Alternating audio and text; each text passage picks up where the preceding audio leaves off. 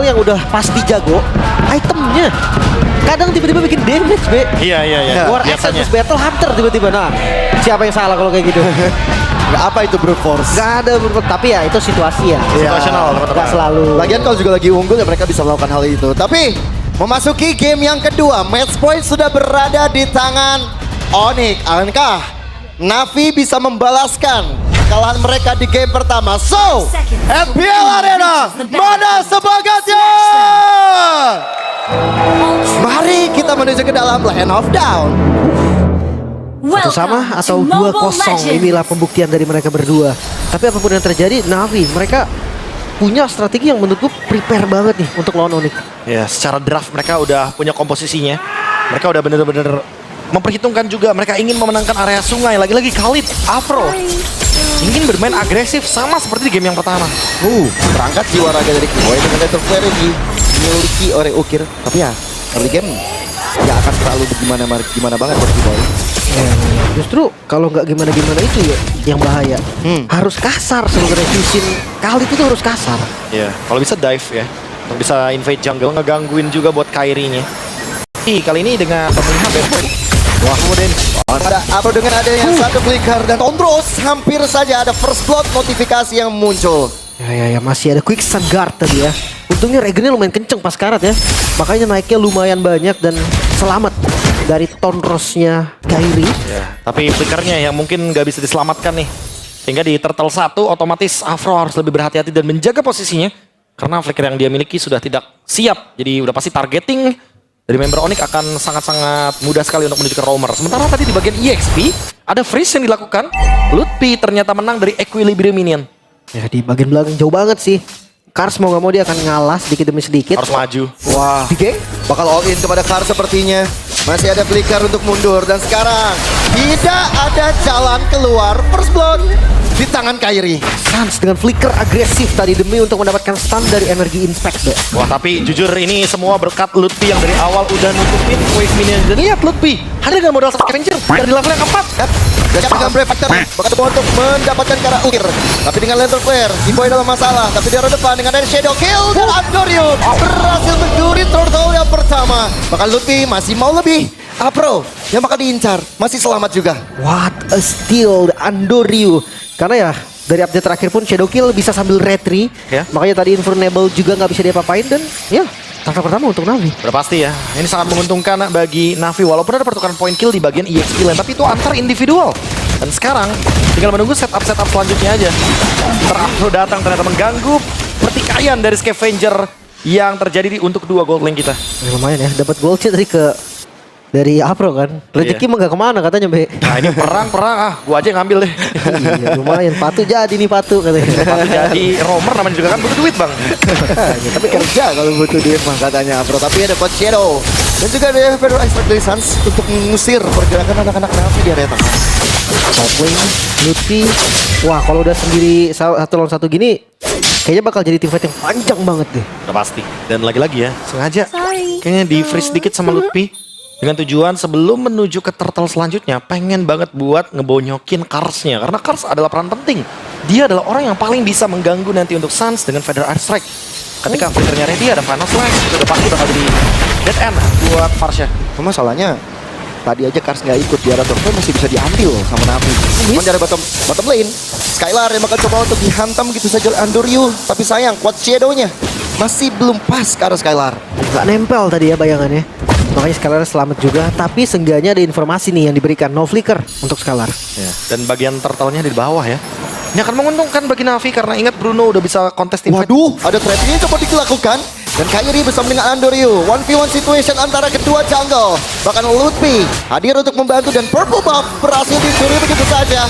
Kontrol sekali ini untuk menghindar. Tapi sekarang Brave Fighter dan juga satu Federal Strike tetap tidak bisa membuat Kairi selamat. Tapi Kars kali ini mencoba yang terbaik dengan Final Flash. Coba untuk diantarkan, tidak ada follow up damage. Dan lihat bagaimana Kars berjuang mati-matian. Masih bisa mendapatkan kesempatan dalam kesempitan. Hilang sudah saja. AOG dari Kiboy. Karsnya benar-benar membuying time, melakukan yang terbaik. Dan masih bisa bertahan dari Karsnya survive. Onyx mereka kehilangan turtle lagi. dan di arah mid lane. Ada shadow kill dan Skylar dalam masalah. Hilang Skylar. Langsung bisa ditumbangkan tadi shadow kill, damage yang tidak terbagi sayangnya. Ya, karena Skylar tidak memiliki flicker juga dan Cars bikin play monster yang Vincent sempat mention ketika sebelum pertandingan dimulai. Benar-benar menunjukkan kelasnya, tapi walaupun tadi Kairi mendapatkan keuntungan dari purple buff, Navi mendapatkan lebih banyak point kill. Sans ditumbangkan tadi. Dan Lutfi ke buying time juga, Turtle bahkan. Navi unggul begitu banyak. Dan sekarang Shive punya early game-nya. Shive akan mendapatkan power spike-nya lebih cepat dibandingkan dengan Skylar. Nah, dari Hunter Strike udah jadi juga nih Andoryu. Gold dari Navi, mereka unggul hampir 2000 gold. Dan itu karena satu buat team fight loh yang terjadi. Memang dari menit segini 2000 gold nggak sampai yang kritikal banget lah, nggak sampai yang parah banget. Apalagi di menit 5 biasanya jungle-jungle baru ngisi lane. Cuma ya dengan assassin gameplay di Andoryu berarti ini sukses gue. Ya, udah pasti ya. Kebuka untuk window-nya juga, karena ingat ini Lancelot lawan Hayabusa.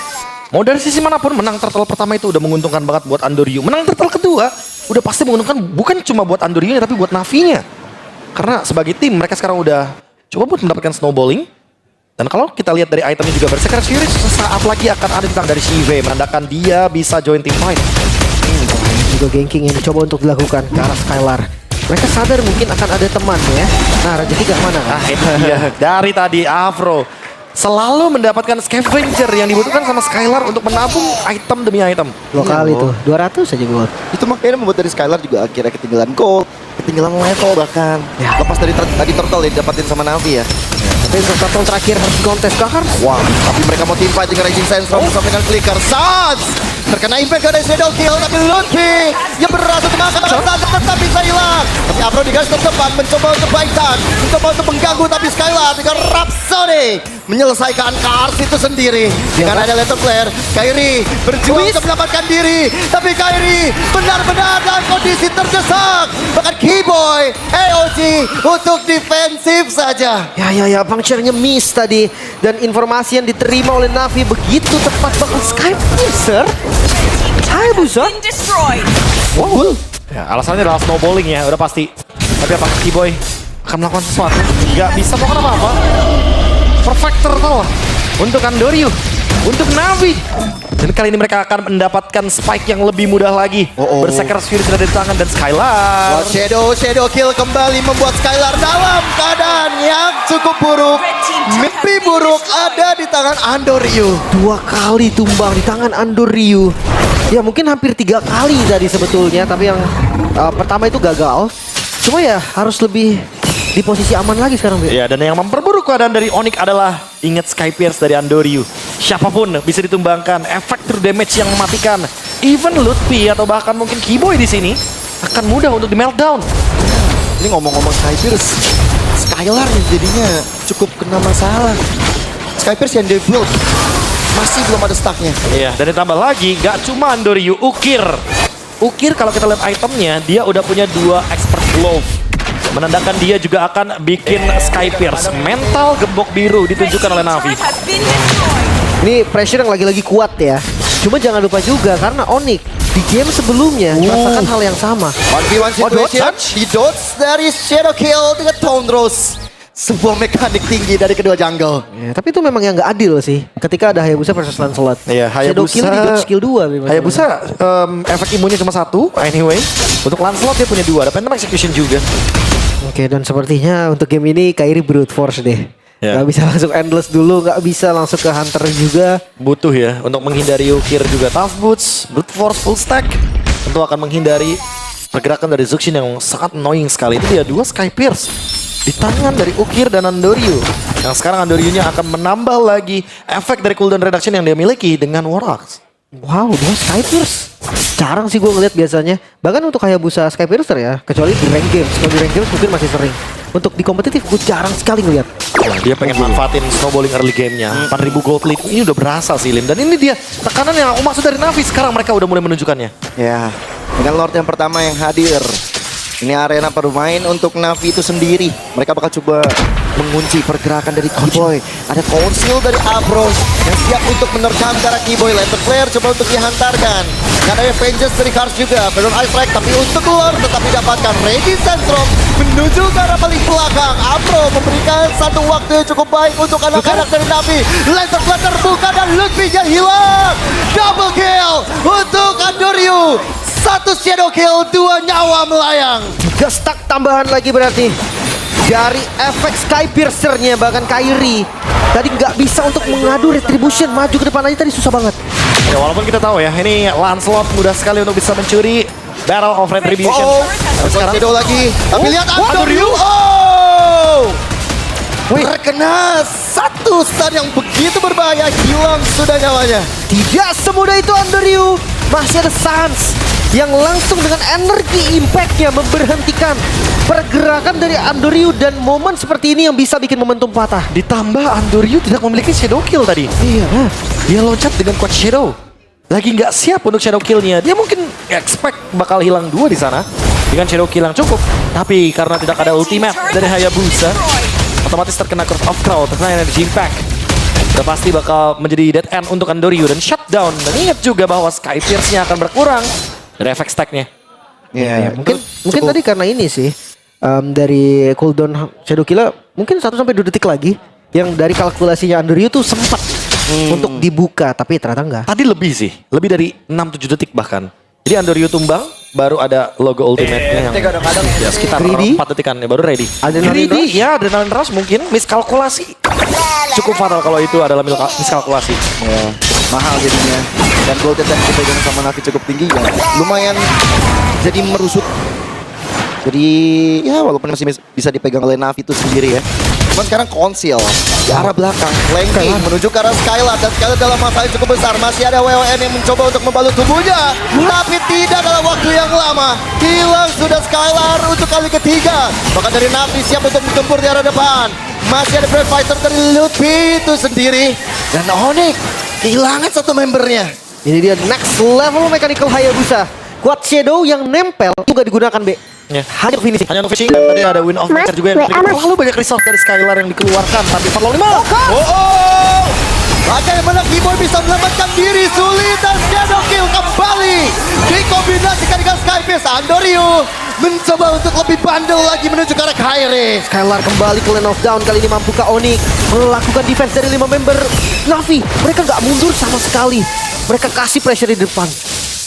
Wow, Navi. Mereka unggul 6.000 gold.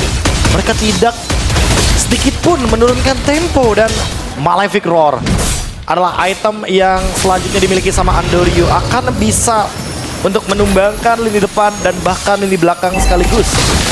Lord Spawn udah pasti bakal jadi free harusnya. Sekali aja Onyx maju udah pasti bakal dimakan sama member dari Navi. Ini maju Sans lagi kan. Gimana gak deg-degan, dan Lord jatuh ke tangan Navi. Lord yang kedua bisa jadi Lord yang berbahaya juga.